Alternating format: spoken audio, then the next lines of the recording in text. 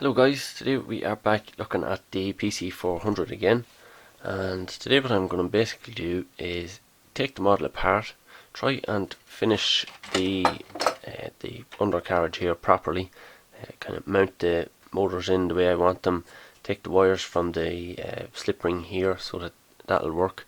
And to do that I'm going to have to take the model apart, and when I have it apart I'm going to replace the motor mount in there with this one, and I'm also going to replace the board with one that has connectors in, so I can plug in and plug out the cables as I need them, or as I'm testing them, I suppose is what I really mean. But we've a lot to do. Probably won't get it all done in this video, but we'll take a look at the undercarriage anyway. Hopefully we'll get that finished in the video. Okay, so I have the model apart now, and one of the first things I want to do is just drill a hole down through the die-cast aluminium here into the plastic so that I can put a little bolt down there and just kind of hold them in. They're fairly tight fit at the minute, but I think a little, well, that one's a little bit loose, but I think a bolt just through that should help to tighten it up a good bit. Okay, that's all I wanted to do there. I drilled two holes, tapped them to M3 and put two little flat kind of head bolts in there, and I think that has tightened it up a good bit there, so hopefully that will work out alright. I was being very careful not to kind of split the plastic, because the 3D printed plastic, because it's printed in layers, you can very easily split down the layer, so there is a possibility that that will happen, but all the pressure is being pulled in towards the bolt here in the track, so it's probably not really going to make any difference to this point. If you drilled a hole through the plastic and then you were pulling out the waste the whole time, then I think you'd be in trouble.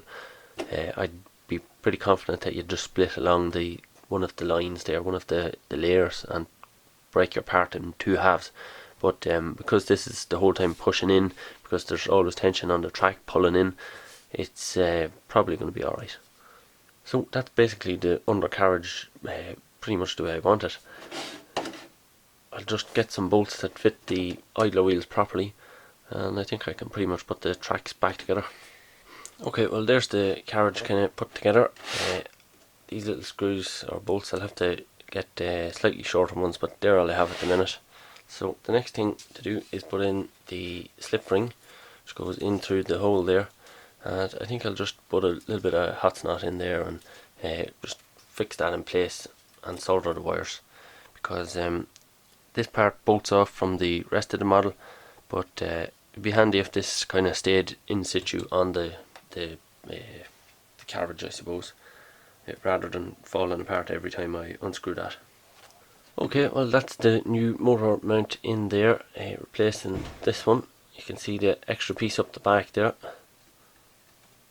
so that'll hopefully make it a bit stronger. Feels much sturdier anyway, so hopefully that'll work out. Only way we know is to put it back together and see if it works.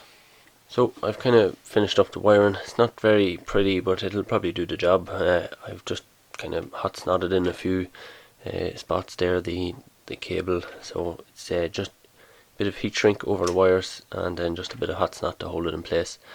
There was 6 wires coming out of this. I cut 2 of them off there. I'm not going to use them. I had thought about putting LEDs on the bottom here, but I don't think there's any point. I mean, you never see that. You see them on the arm and on the cab really. So then 2 wires going to each motor, and that's pretty much it. Okay, so I have well, I've put the excavator back together, and the main change that we've made is put the slew motor in there. So let's see if it's actually fit to turn it. I have 3 3.7 volt batteries here, so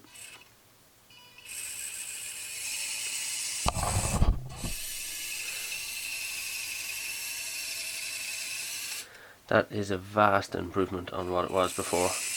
It's the perfect speed, perfect power.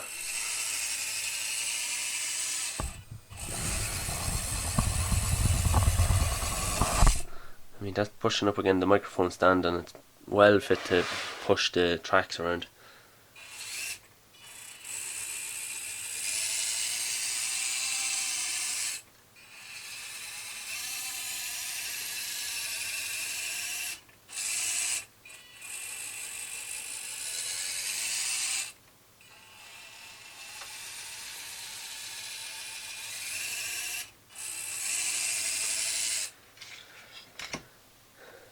Okay, well, I'm very happy with the result of that anyway. I'll need to get the new control board sorted next. I have one here. You can see it has the connectors on it now, so I should be able to just plug the pieces I want in. That's the plan anyway, so hopefully that'll work out. That'll mean I need to disconnect this receiver in here, the NRF24, wire up all the motors in the boom. The track motors are now coming up through the slew ring and through the slip ring, and that's pretty much all I have to do. I just need to kind of tidy things up really. Hopefully it'll work out alright when we get everything sorted out. Well, that's basically all I wanted to cover in this video, so if you liked it, make sure and hit the thumbs up button, and if you have any comments or questions, let me know below the video or head on over to the forum. And yeah, I think that's pretty much everything, so thanks very much for watching. I'll see you in the next video.